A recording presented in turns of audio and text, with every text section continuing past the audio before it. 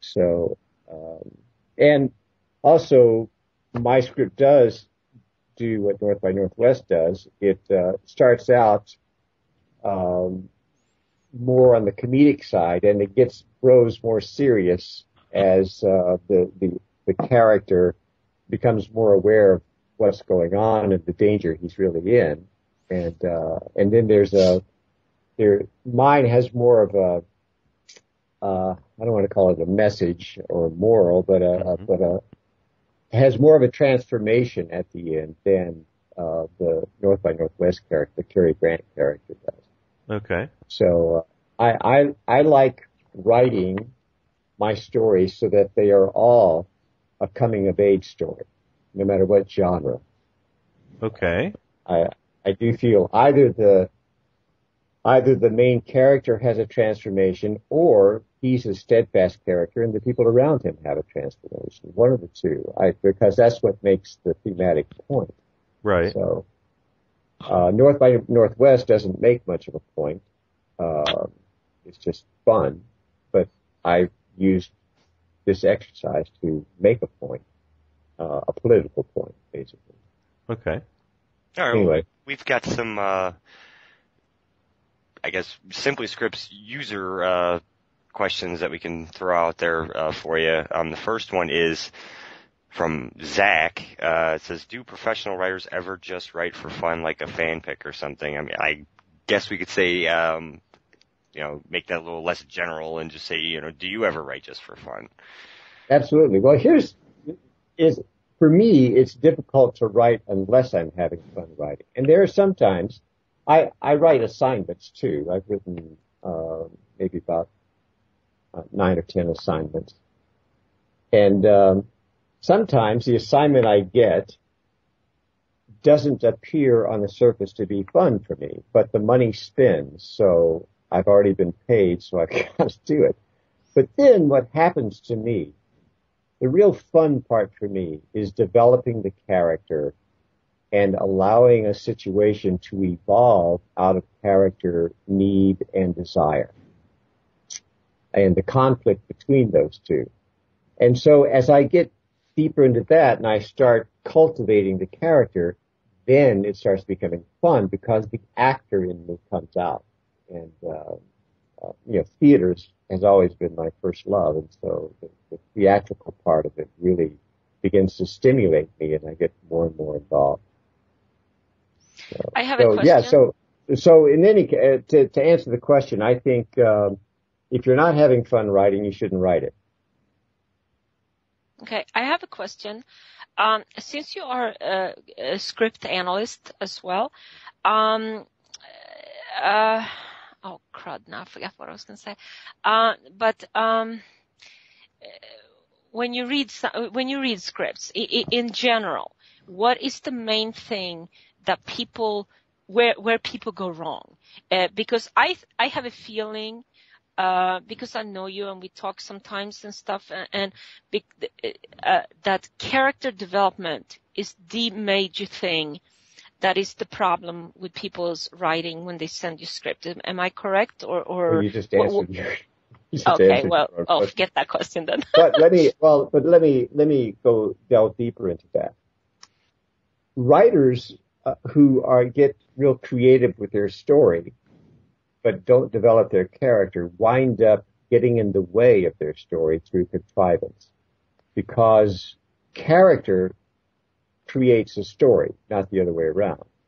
You may have a story idea. I think I mentioned 3 or 4 of them to you just a few minutes ago.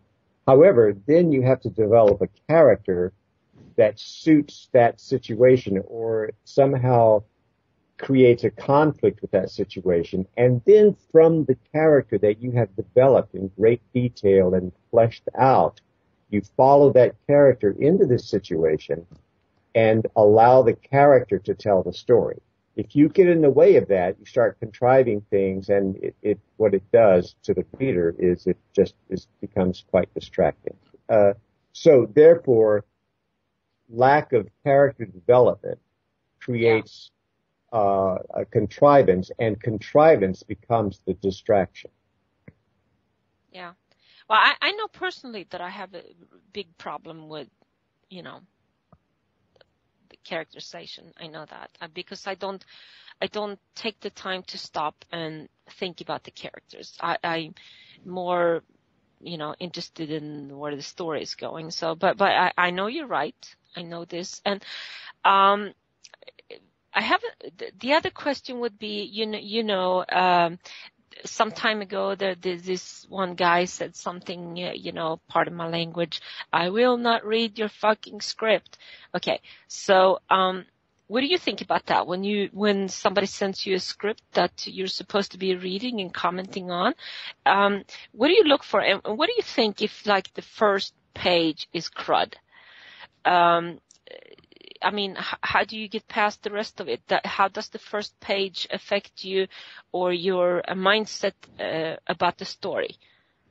Well, if a person, first of all, anyone who has written 100 to 120 page script deserves accolades because it's, anyone who writes a document that large and they put work into it. So that needs to be respected, first of all. I don't care how bad the writing is, and there are more bad scripts than good scripts out there. But then what I do is sometimes I must admit there are scripts that are not fun to read. But what I try to do is get underneath the discomfort of the poor writing to see what the story is, who the characters are, and what the point is. Now, frequently when I'm analyzing this, well, I shouldn't say frequently, but there are times when I'm analyzing a script or paid to analyze a script where the writer has not even thought of what it is he wants to say with his story or her story. They've got this brain fart and they vomit it out on the paper and then send it off without realizing that, wait for it, writing is rewriting. So things like that are a cliche for a reason, because they've got truth in them. So what I try to do is look beyond what we would call poor execution and see what the point of the story is, and then my job is to help the writer get to that point in an organic manner. So it's a matter of helping them to develop the character and create story beats from the character that creates an emotional arc that says something. That's my basic. Does every script need to say something, or can a script just exist just for pure entertainment and for no other real reason? It is, as my brother said, who is a electronics and mechanical wizard, he says, I just go to the movies to escape, to get away, to lose myself. And I said, well, okay, that's good. I probably personally, I can write a story that is very entertaining, like A Star Is Dead is very entertaining, very funny, and yet it makes a point. And so like The Hangover. What point did The Hangover make, for instance? I haven't seen The Hangover, so. It was entertaining, I guess. It was more, for me, entertaining to adolescents. There's a lot of... I liked it. Well, okay. Point made. And that is, well, I bought it actually. I own it. So you liked it too? I watched it once, and the movies I like, I usually watch 3, 4, 5, 6, 7 times. Lawrence and Rainey, I've seen like 15 times. But you're right. It depends. For instance, splatter films, to me, the Freddy films and the Jason films, what point do they make? To me, they're nonsense. They're just senseless.